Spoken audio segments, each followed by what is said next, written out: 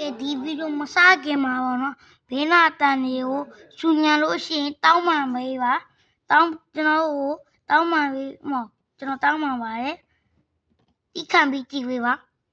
အစမှာတော့သူကနော်ကြောက်ပြီးတော့သူကဒီအိမ်လေးဝယ်လိုက်ပါတယ်ဒီအိမ်မှာတော့အိတ်ခမ်းပါတယ်ပြီးရင်မန်းနေခံပြီးဟိချတဲ့အခါသူတို့ကအပေးယူလုပ်ပြီးတော့သူတို့ကိုကြောက်ပေးလိုက်ကြပါတယ်အဲ့နဲ့ပဲသူကပတ်စံရပြီးတော့သူ့အိမ်တကောက်သူဆက်ဖွင့်လိုက်အိမ်လေးကတော့တော်တော်လာပါတယ်ဒါပေမဲ့ဒီနောက်မှာတရင်ပေးတချို့တယောက်ရှိပါတယ်သူတို့ဘာလုပ်တယ်ဘာကိုင်းတယ်ကိုနေ့စဉ်နဲ့အမျှစောင့်ကြည့်နေပြီးတော့ဒီအိမ်ကိုခိုးမဲ့ပုံလေးရပါတယ်လို့နဲ့ပဲသူဘာမှမသိပြေးသွားပါတယ်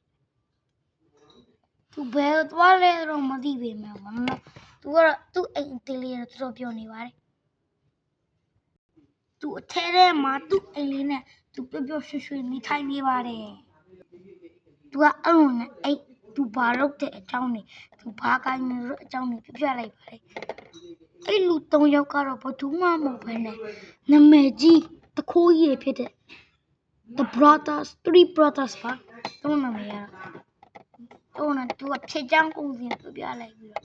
သူတို့မျက်နှာတွေကလည်းတကူတွေကမပြုံးတဲ့မျက်နှာတွေကလည်းအပြုံးကြီးနဲ့ပြုံးသွားပါတယ်အဲ့နဲ့သူကလည်းပြန်သွားပါတယ်နောက်တရင်စုံစမ်းဖို့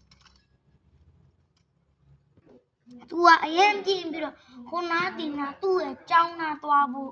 သူကဆိုင်ကယ်တစ်စီးဝယ်မယ်လို့ဆုံးဖြတ်ပြီးတော့ဆိုင်ကယ်ဆိုင်သွားပါတော့တယ်သူကအဲ့လိုနဲ့သူ့ရဲ့15နှစ်လောက်စုထားတဲ့ပတ်စံလေးနဲ့ဆိုင်ကယ်လေးတစ်စီးသွားဝယ်ပါတော့တယ်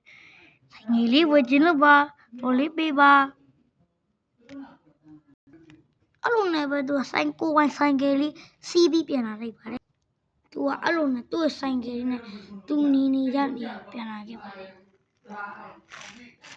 ဝီမိုင်း9000လောက်သွားပြီးတဲ့ခါမှာသူ့အိမ်သူပြန်ရောက်ရှိခဲ့ပါပြီသူ့ဆိုင်ကယ်လေးတော့သူဒီမှာပကင်ထုတ်လိုက်ပါတယ်တီတော့လည်းပဲသူဘေးနားမှာ suspicious guy တခုတွေ့လိုက်ပါတယ်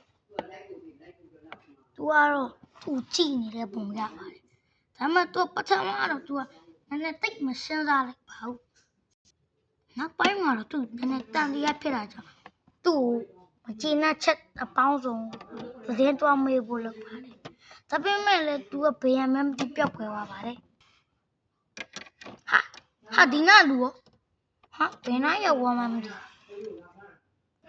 သူနဲ့ပဲဒီနဲ့ဝင်သွားလိုက်ပါတယ်လေးရတော့အပိုင်းနဲ့ပါဒီဗီဒီယိုလေးကိုကြိုင် like and subscribe လုပ်ခဲ့ပါနောက်ပြန်ရင်ကျွန်တော်အပိုင်း3ဆက်တင်ပေးပါမယ်တတာ